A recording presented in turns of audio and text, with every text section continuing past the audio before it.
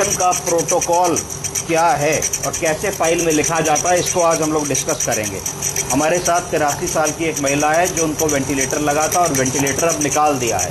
कैसे लिखा जाएगा हमें अपने नोट्स में और कैसे पढ़ा जाएगा, कैसे हम लोग को पढ़ना आना चाहिए। तो सबसे पहले अगर हमारा मरीज़ वेंटिलेटर पे है तो हम वेंटिलेटर से उसको टीपी स्ट्राइल देंगे। तो फाइल पे पहली चीज़ हम लिखेंगे कि टीपी स्ट्राइल फॉर 3 आवर्स, 3 घंटे के लिए हम वेंटिलेटर हटा देंगे और मरीज़ के एंडोट्रैकियल ट्यूब पे 1.5 या 2 लीटर्स ऑक्सीजन लगा करके टीपी स्ट्राइल देंगे। अगर 3 घंटे के बाद मरीज़ स्टेबल रहता है, उसका ब्लड प्रेशर ड्रॉप नहीं करता, उसकी पल्स बढ़ती नहीं है, उसका रेस्पिरेटरी रेट ठीक रहता है, तो फिर हम लोग क्या करेंगे, एबीजी करके देखेंगे। और एबीजी में अगर हम देखते हैं कि CO2 रिटेन नहीं कर रही हैं, कार्बन डाइऑक्साइड नॉर्मल है, एबीजी में नॉर्मल कार्बन डाइऑक्साइड कितना होता है 40 के नीचे, अगर PCO2 लेस देन 40 है तो फिर वो पेशेंट ऑलमोस्ट फिट होगा एक्सट्यूबेट करने के लिए। तो हम उसको एक्सट्यूबेट कर देंगे, उसकी जो ट्यूब है एंडोट्रैकियल ट्यूब उसको हम लोग निकाल देंगे। निकालने के बाद हर 15-15 मिनट पे हम लोगों को उसके कुछ वाइटल्स मॉनिटर करने हैं। सबसे पहला हमको ये देखना है कि वो हेमोडायनेमिकली स्टेबल है कि नहीं है। हेमोडायनेमिकल स्टेबिलिटी का मतलब है कि बीपी ड्रॉप तो नहीं हो रहा है। कई बार ऐसा होता है कि बीपी एकदम से ड्रॉप होता है। क्यों ड्रॉप होता है? क्योंकि इंट्राथोरेसिक प्रेशर थोड़ा सा ड्रॉप होता है, तो उसको हमको देख करके चलना है। फिर हमको देखना है कि SpO2 कितना है। अगर मान लीजिए SpO2 चिंता कब करनी है, अगर 95 है तो भी नहीं करनी है, 92, 91 है तो भी नहीं करनी है। अगर हमारा SpO2 85, 88 के नीचे जाता है तो फिर हमको चिंता करनी है। वो एक वार्निंग साइन होगा कि शायद हमको इसको री-इंटूबेट करना पड़े। और रेस्पिरेटरी रेट पे वॉच रखना है। रेस्पिरेटरी रेट नॉर्मली कितना होता है 16 से 20। तो अगर respiratory rate more than 30 respiratory cycles पर मिनट होने लगता है तो इसका मतलब है कि पेशेंट अब अपना रेस्पिरेशन मेंटेन नहीं कर पा रहे, अर्जेंटली इनको हमको इंटूबेट करना है। अगर इंटूबेट करने में हम लोग देरी करते हैं तो क्या हो सकता है, कार्डियक अरेस्ट हो सकता है। तो ये चीज़ हमको बहुत ध्यान में देनी है। ऑब्जर्वेशन में क्या क्या करना है कि हमको ये पूरी प्रक्रिया को मरीज़ के घर वालों को इन राइटिंग और वर्बली एक्सप्लेन कर देना है कि देखिए हम ये करने जा रहे हैं, क्योंकि 82, 83, 84 साल उम्र है, बहुत लंबे समय तक वेंटिलेटर पर नहीं रख सकते।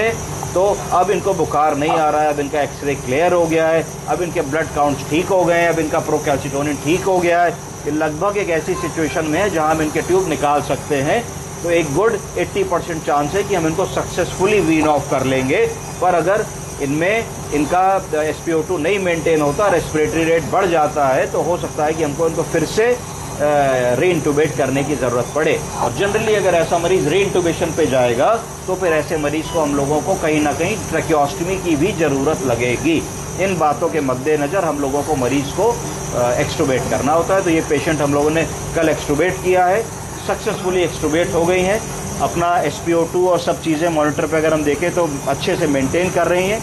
100% इनका देखिए मॉनिटर पे SpO2 आ रहा है, पल्स 90 चल रही है और रेस्पिरेटरी रेट 21 है, जबकि एक्सट्यूबेट हुए इनको 24 घंटे लगभग हो चुके हैं। तो अब बस इनकी अच्छी चेस्ट फिजियोथेरेपी करनी है, सक्शन करना है, बलगम निकालती रहें, इसको देखना है। 2-2 घंटे पे करवट करानी है जिससे कि बेड सोर ना हो जाए, मूवमेंट कराना है जिससे कि डीप वेन थ्रोम्बोसिस DVT ना हो जाए, काफ मसल मसाज करना है। अगर आपके पास अस्पतालों में DVT पंप है तो वो लगा देना है, अगर DVT पंप नहीं है तो क्रेप बैंडेज भी हम लोग इनको लगा सकते हैं। इस तरीके से अगर हम लोग करेंगे तो बस ये वीन ऑफ हो करके प्राइवेट रूम में जा सकती हैं और वहाँ से 1-2 दिन में ये अपने घर चली जाएंगी। क्योंकि लंबे समय तक अगर आप इनको एक्यूट केयर वार्ड या ICU में रखते हैं तो ICU एक्वायर्ड इन्फेक्शन या ICU एक्वायर्ड निमोनिया या नया नोजोकोबल इन्फेक्शन आए, इसकी संभावना ज़्यादा होती है।